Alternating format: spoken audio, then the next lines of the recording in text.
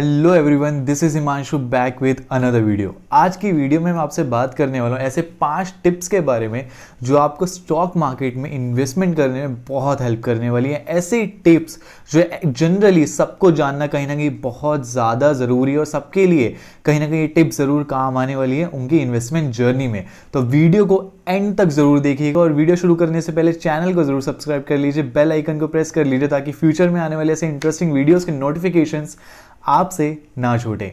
चलिए वीडियो को शुरू करते हैं और जानते हैं हमारी आज की पहली टिप कौन सी होने वाली है। हमारी पहली टिप होने वाली है कि कब खरीदना चाहिए, व्हेन टू बाय। हमने कई बार देखा बहुत सारे न्यूज़ चैनल्स, न्यूज़पेपर्स के अंदर डेली स्टॉक रिकमेंडेशंस आती है जहां पे वो बताते हैं कि आज की बाइंग हमें कौन से स्टॉक्स पे करनी चाहिए, कौन से स्टॉक्स खरीदने चाहिए, और एक्चुअली में हमें उन्हीं स्टॉक्स को अवॉइड करना होता है। थोड़ा अजीब लग रहा होगा सुन के, पर हाँ ये बहुत सच है। बिकॉज उसी दिन जो स्टॉक्स की रिकमेंडेशन न्यूज़ चैनल्स पे आई होगी, जो स्टॉक्स की रिकमेंडेशन न्यूज़पेपर्स में आई होगी, वही स्टॉक सबसे हाइक पे चल रहा होगा। और ज़्यादातर इन्वेस्टर 98% इन्वेस्टर्स यही गलती करते हैं कि स्टॉक मार्केट में एंटर ही तब होते हैं जब वो स्टॉक एक्चुअली में उसकी हाइक पे चल रहा होता है, और जैसे ही उसकी हाइक खत्म होती है, जब वो नीचे आते हैं तभी वो सेल कर देते हैं। बल्कि हमें करना क्या होता है कि हमेशा बाय लो सेल हाई।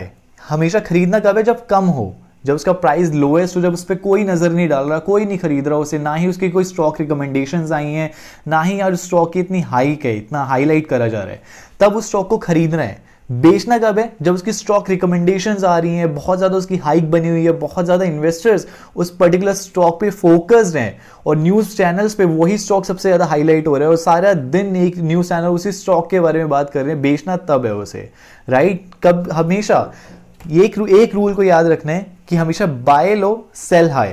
खरीदना हमेशा कम पर है। हमेशा मार्केट में एंटर उस टाइम पे नहीं होना जिस टाइम पे स्टॉक की हाइक बनी हुई है, मार्केट में हाइक बनी हुई है, तब एंटर नहीं होना। तो ये थी हमारी आज की पहली टिप। अब बात करते हैं आज के दूसरे महत्वपूर्ण टिप के बारे में जो बहुत इंपॉर्टेंट होने वाला है कि एज अ इन्वेस्टर हमें इकोनॉमी के बारे में इतना कंसर्न नहीं रहना चाहिए।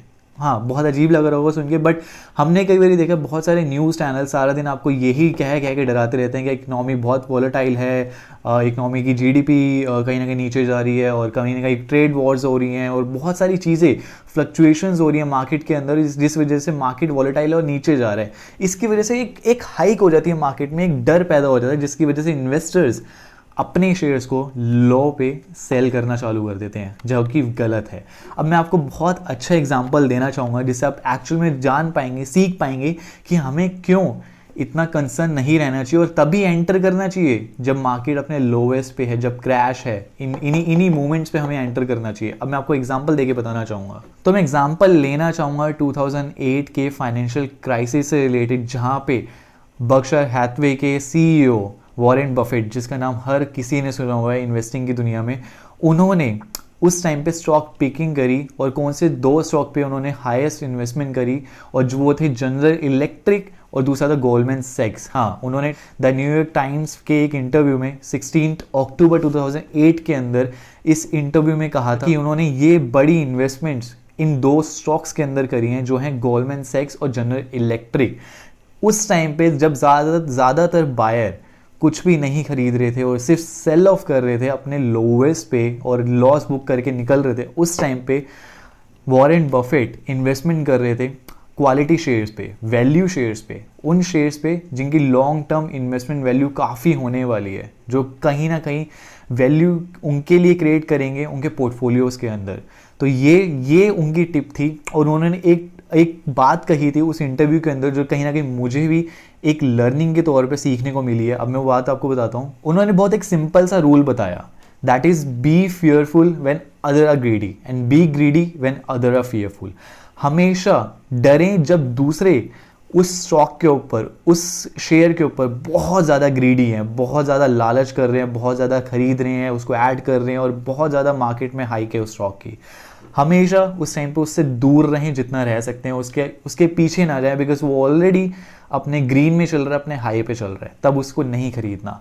और दूसरा फिर उन्होंने कहा कि हमेशा तब खरीदना है जब दूसरे एक्चुअली में उससे डर रहे हैं, when other are actually fearful. तो 2008 का क्राइसिस जब मार्केट अपने लोवेस्ट को टच कर चुका था, उसके बाद 60% इंप्रूवमेंट हुई थी मार्केट में, विद इन अ ईयर। हालांकि रिसेशन भी था बट फिर भी मार्केट कहीं ना कहीं अपना 60% इंप्रूव करके दिखाया और उसके रिजल्ट्स कहीं ना कहीं उन इन्वेस्टर्स को मिले जिन्होंने 2008 के लोएस्ट पे इन्वेस्टमेंट करी थी। तो ये था हमारा दूसरा टिप कि हाँ ठीक है, इकोनॉमी को कंसर्न रहना चाहिए बट इतना नहीं कि आप उसके बेसिस पे इन्वेस्टमेंट डिसीजंस को चेंज कर दो, बल्कि उस टाइम पे इन्वेस्टमेंट डिसीजन बनाने चाहिए जब आपको पता है कि हाँ अब मार्केट लोएस्ट पे जाने वाला है, मार्केट क्रैश है, ट्रेड वॉर्स हैं, कोई भी ऐसी चीज़ जहाँ पे आपको दिख रहा है कि मार्केट कहीं ना कहीं नीचे जा रहा है, उस टाइम पे लॉन्ग टर्म इन्वेस्टमेंट क्रिएट करने के लिए वैल्यू शेयर्स को ऐड करना चाहिए। यही एक टिप थी दूसरी हमारी। अब बात करते हैं आज की तीसरी टिप के बारे में, that is never compromise with quality. Quality के साथ कभी भी कॉम्प्रोमाइज नहीं करना चाहिए।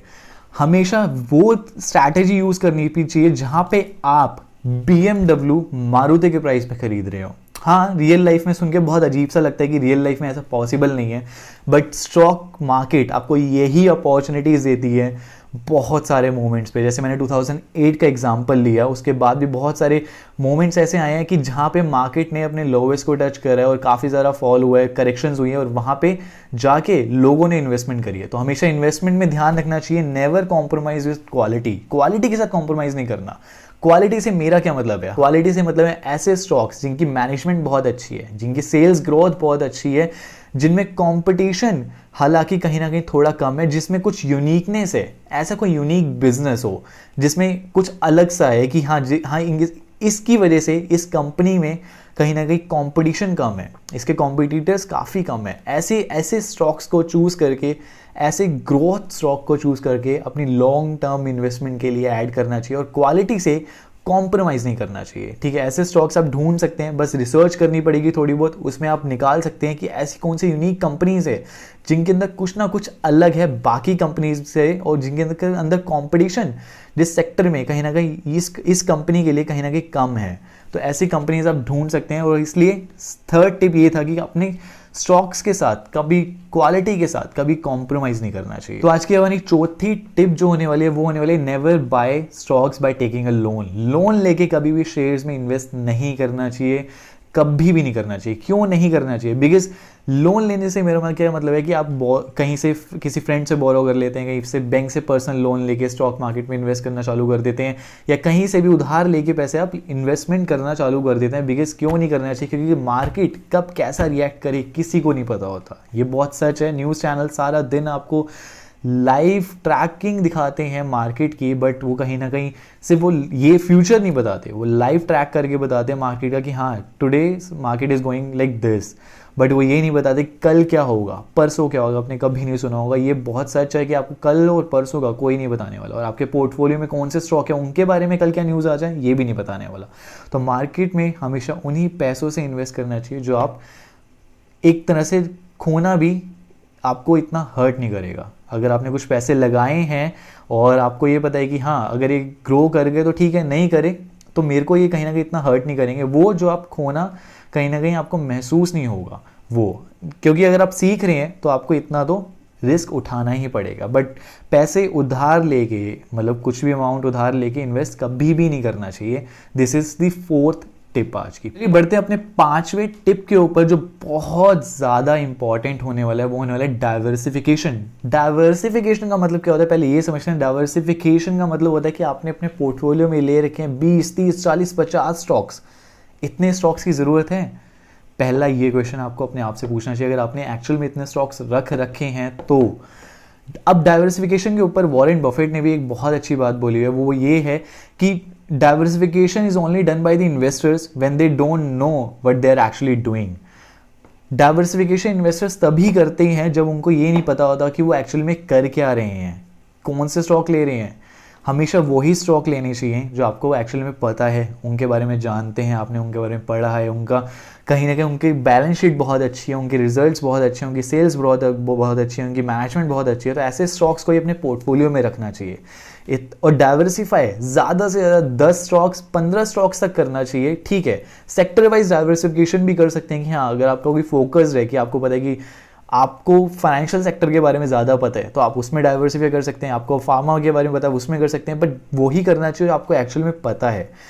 उन स्टॉक्स में नहीं इन्वेस्ट करना चाहिए जिनके बारे में आपको एक्चुअली में पता ही नहीं है। तो over diversification will always hurt your portfolio.